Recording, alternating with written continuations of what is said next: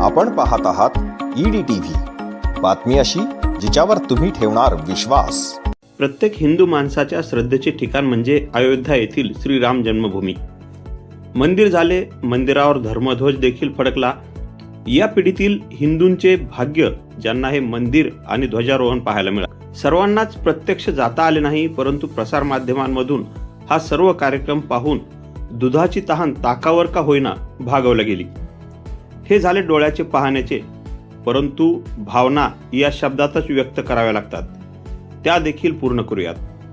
अयोध्या येथील श्रीराम मंदिर ट्रस्टचे कोषाध्यक्ष किशोरजी व्यास तथा गोविंद गिरीजी यांच्याकडून श्री चतुर्वेदेश्वर धामचे संस्थापक महामहोपाध्याय यज्ञेश्वर शास्त्री कस्तुरे यांची 117वी जयंती शुक्रवारी दिनांक 28 रोजी पार पडली।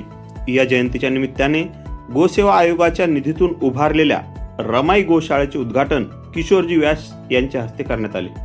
यावेळी हरिभक्त परायण मुकुंद काका जाटदेवळेकर, समर्थ रामदास स्वामींचे 11वे वंशज सज्जनगड येथील भूषण स्वामी महाराज, प्रसाद महाराज अमळनेरकर, आमदार बबनराव लोणीकर यांची उपस्थिती होती। या भव्य दिव्य सोहळ्यात किशोरजी व्यास यांनी अयोध्येतील ध्वजारोहणाचा अनुभव EDTV न्यूजला सांगितला आणि अंगावर रोमांच उभे राहिले।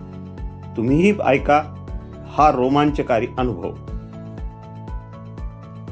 राम मंदिरावर जो राष्ट्रध्वज, भगवा ध्वज फडकला, धर्मध्वज फडकला, त्याचे तुम्ही साक्षीदार आहात। पण आम्हाला तो पाहायला मिळाला याच्यात आनंद आहे, पण आमच्या वतीनं तुमच्या भावना काय होत्या ते ऐकायला जरा आम्हाला आनंद मिळेल। खरी गोष्ट अशी आहे, 500 वर्षाच्या संघर्षानंतर आणि असंख्य राम भक्तांच्या बलिदानानंतर जे कार्य साकारत गेलं ते क्रमाक्रमानं आपल्या डोळ्यात देखत असं वाढत गेलं। आपण भूमिपूजन पाहिलं, आपण भगवान रामललाची प्राणप्रतिष्ठा पाहिली, त्यानंतर राम परिवाराची प्रतिष्ठा पाहिली आणि आता कळस म्हणजे ध्वजारोहणही पाहिलं। हे ध्वजारोहण सामान्य नव्हतं, सामान्य ध्वजारोहण होत असतात, पण इतक्या संघर्षानंतर राष्ट्र पुन्हा उभं राहिलेलं आहे याचं प्रतीक हे ध्वजारोहण आहे। आणि खरोखर या राष्ट्राचा आदर्श भगवान श्रीराम आहे। भगवान श्रीराम हे स्वतः धर्ममूर्ती आहेत आणि म्हणून वर वर जात असलेला ध्वज हा भगवान श्रीरामचंद्रांच्या सगळ्या गुणांचं लेणं घेऊन त्यांचं प्रतीक म्हणून वर जात होता।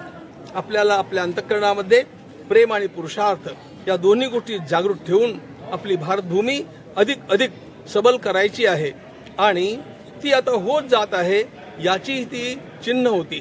आणि म्हणून सगळे सद्गदित होऊन त्या ध्वजाकडे बघत होते आणि एक संकल्प जो आपल्या पूर्वजांनी केला, आपल्या अनेक पिढ्यांनी केला, त्याच्या सिद्धीपर्यंत आता आपण पोहोचतो आहोत याचं समाधान प्रत्येकाच्या उरात दाटून आलेलं होतं। माझ्या तिथे ध्वजारोहण करणाऱ्या श्रद्धेय सरसंघचालकांच्या, माननीय प्रधानमंत्र्यांच्या आणि सर्वांच्याच अंतःकरणात या भावना होत्या। डोळे पाणावत होते, हात थरथरत होते आणि हा ध्वज जणू काही समर्थ रामदासांच्या स्वप्नी जे देखील होते ते तैसेचे होत असे, हा आनंद मनभुवनाचा अनुभव देत होता असं वाटतं।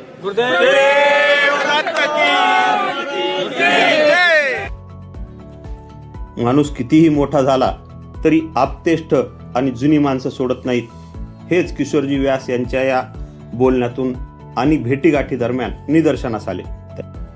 किशोरजी व्यास यांनी जुन्या सहकाऱ्यांना देखील मिठी मारून आलिंगन दिले आणि आपल्या भावनांना वाट मोकळी करून दिली। Dilip Ponerkar, EDTV news, Dhamangaon.